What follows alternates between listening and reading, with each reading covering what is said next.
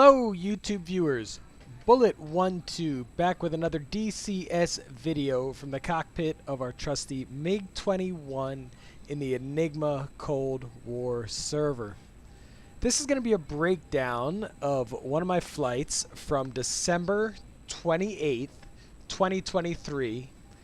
And during this session, I was really focused on learning how to employ the Grom missile. And for those of you that aren't familiar with it, the Grom is an air-to-surface missile that can guide to a target using the Mig-21's radar set to beam mode, and it creates a lot of damage on point targets. So it's great for attacking a ship or some larger industrial targets.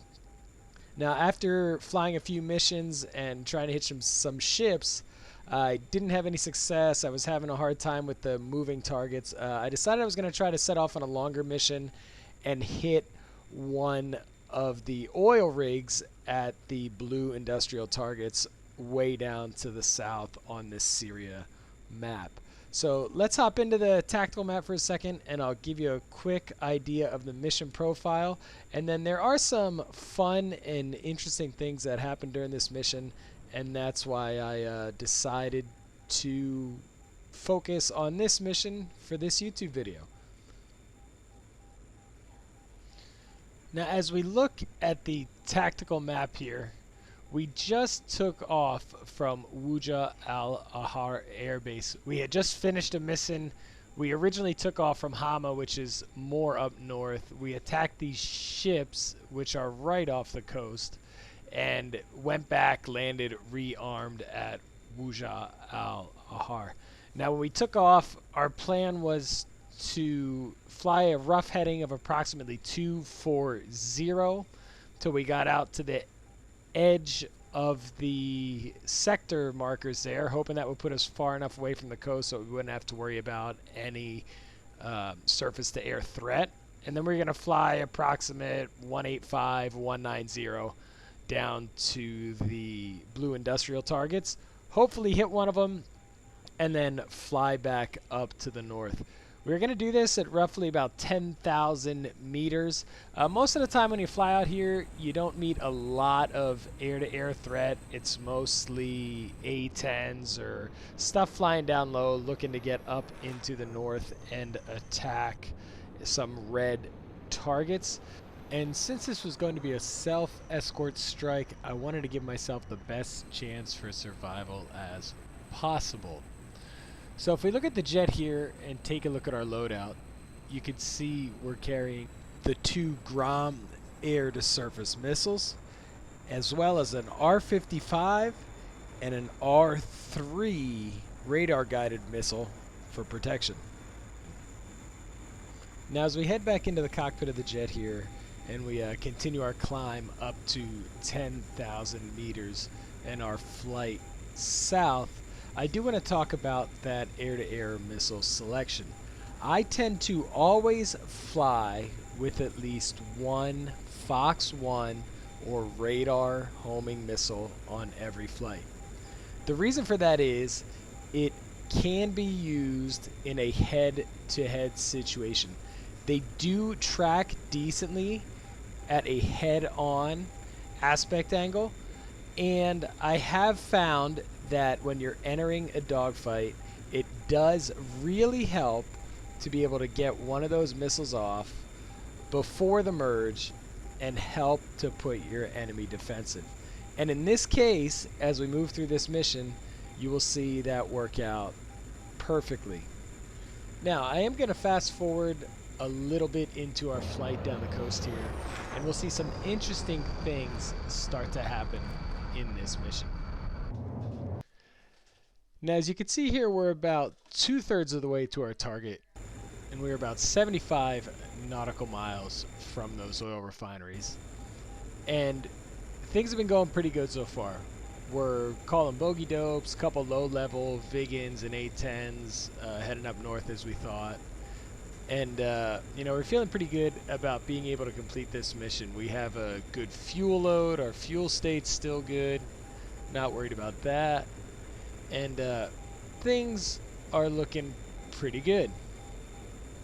Now, just a few seconds later, I call a bogey dope and I get this message. Bearing 033, 47 kilometers, 4,100 meters, hot, fast, Tiger 2. So I check the map, kind of doing some quick math, figure we'll just monitor this guy. He is high, so he is climbing to get to us. He is directly behind us at a heading of 033. And you can see I start doing some math. He's about 47 kilometers behind us. We have about 63 kilometers to get to the target. And I'm starting to kind of do the calculation. Am I going to have to turn and fight this guy? Drop my Groms, drop my tanks, abandon the mission, and just survive and get back? Or am I going to be able to make it and pursue this ground target? Now, I know the MiG is faster than the F5. I decide I'm going to push on. I'm going to keep monitoring, and I'm going to keep calling bogey dopes and just continue to try to do some calculations a little further on and see if we can make it. Now, I continue to call bogey dopes, continue to monitor him, get some other targets, but it's pretty clear as we move on that this guy could potentially become an issue and ruin this attack. Now, as we fast forward a little more, you can see I'm checking the map, and I'm about 55 kilometers away. I call for another bogey dope, and I get 41 kilometers. So I can do the quick math in my head there, and I can see I am definitely progressing to the target faster than he is catching me. He has climbed up to 5,000 feet. We did decide to go at 5,000 feet instead of 10,000 feet to save gas. At this point, I'm pretty confident I'm going to be able to get to these oil rigs, get the Groms on target, and have enough separation to just put burner and run, or possibly turn and fight this guy so I continue to just press with the attack. Now, as we fast forward again here, at this point we are 28 nautical miles from the target, and this Tiger is 26 kilometers behind us.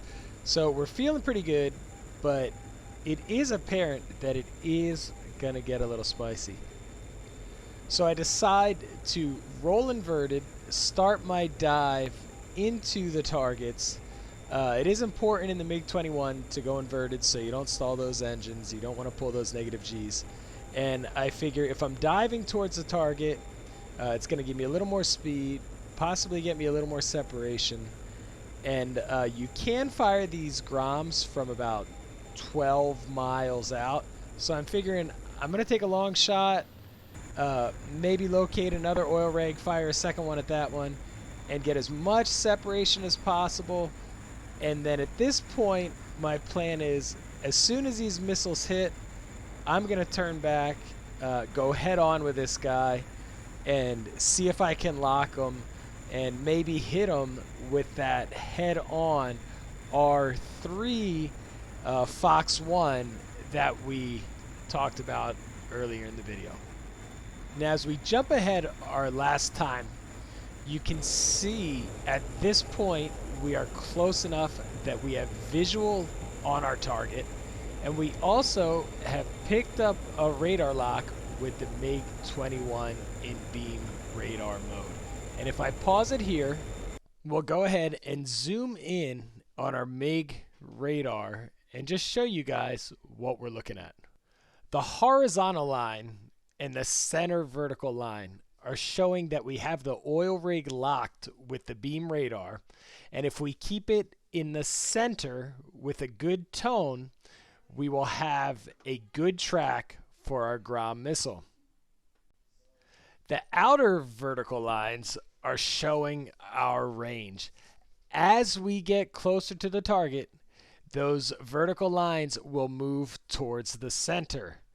When those vertical lines get to the 12-kilometer mark, or roughly 2/3 to the center of the radar display, we can launch our Grom missiles and have confidence that they'll have enough energy to reach the target.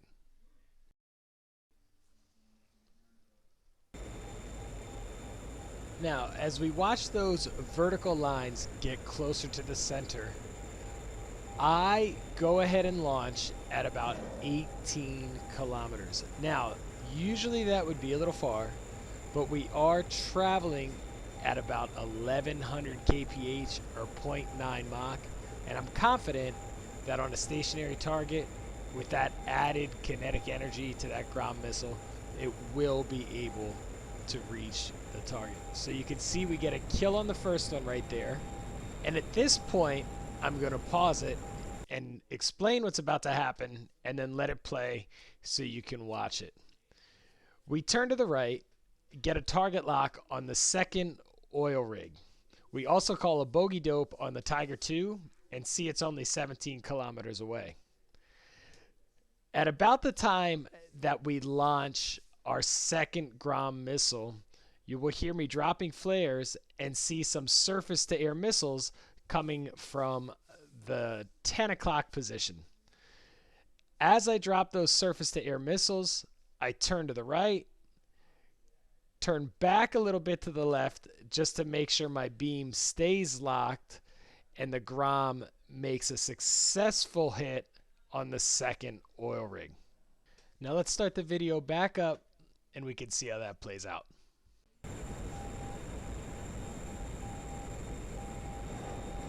There's the second Grom launch.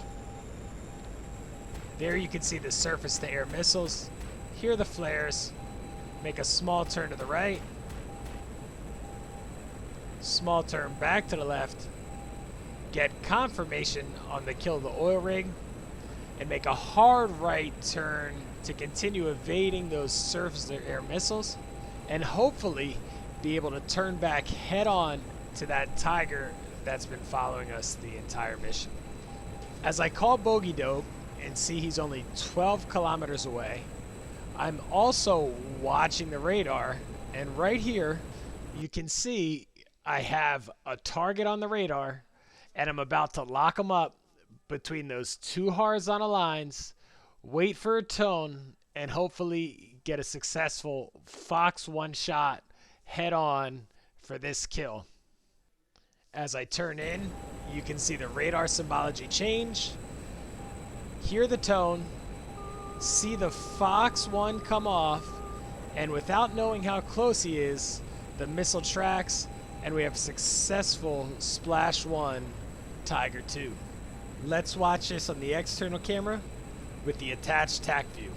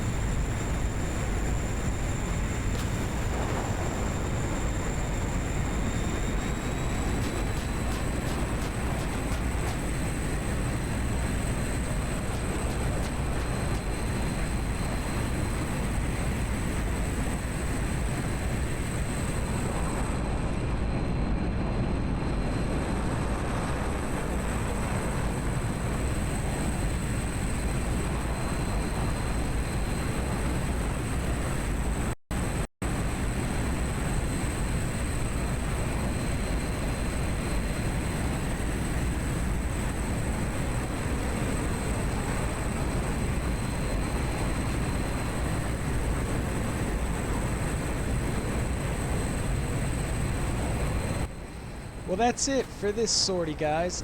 I hope you enjoyed the video. I hope you like seeing how I employed the Grom against those oil rigs. I also hope you could see some utility in carrying that Fox 1 missile with you for those head-on shots. If you like what you see, please like, subscribe. You can also follow us on Twitch at Bullet12, and we hope to see you out flying in the Enigma server. Enjoy, and thanks for watching.